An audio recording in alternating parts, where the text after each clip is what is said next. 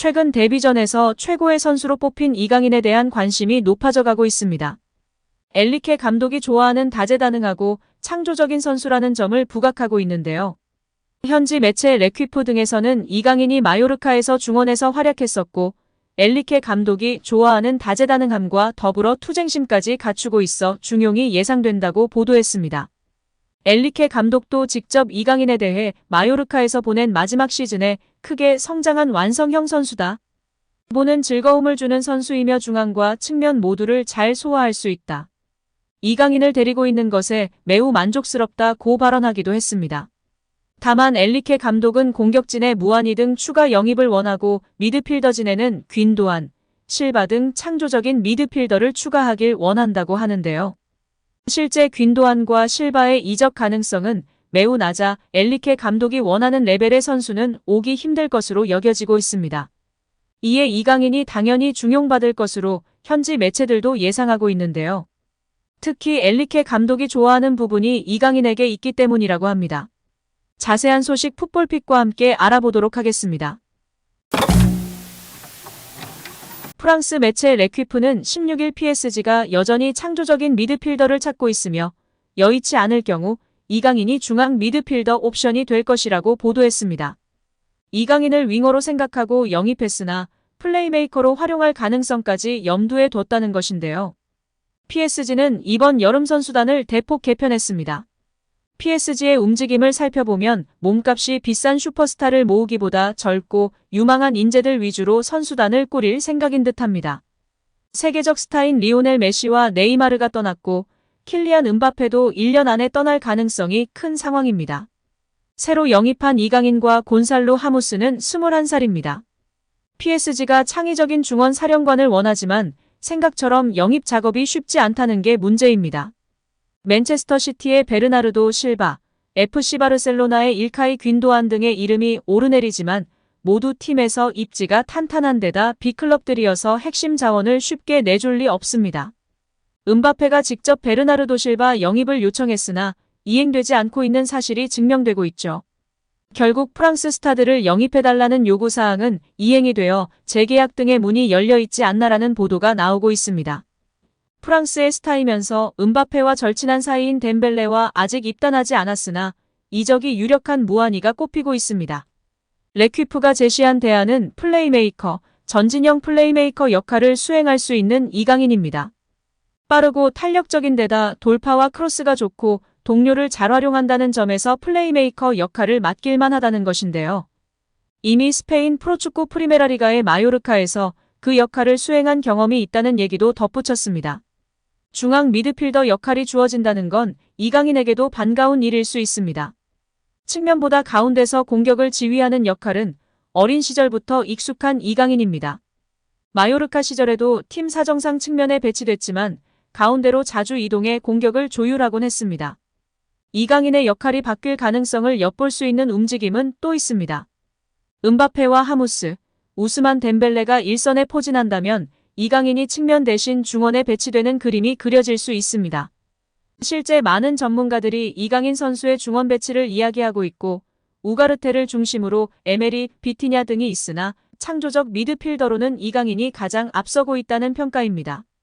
또한 이미 지난 인터뷰에서 이강인 스스로도 왼쪽, 오른쪽, 중앙 어디든 상관없이 볼 수 있는 미드필더라고 자신을 소개했고 엔리케의 인터뷰에서도 이강인은 미드필더와 공격수 두 가지 모두를 수행할 수 있다고 발언하기도 했습니다. 여기에 기존 파리 생제르맹에서 창조적 미드필더, 플레이메이킹 역할을 했던 베라티, 네이마르 두 선수 모두 팀을 떠났거나 떠날 예정이기 때문에 새로운 플레이메이커는 이강인 될 것이라는 예상이 지배적인 상황입니다. 또한 프랑스 매체 르 파리지앵은 17일 PSG가 프랑스 출신의 공격수 콜로, 무안이, 브래들리 바르콜라를 동시에 노리고 있다면서 PSG는 무안이 영입을 위해 8천만 유로 약 1160억 원, 바르콜라 영입에 2천만 유로 약 290억 원을 지불할 계획이라고 보도했습니다.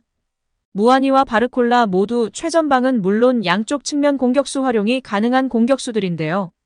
둘을 데려오면 PSG의 새 시즌을 위한 영입도 마무리할 계획입니다.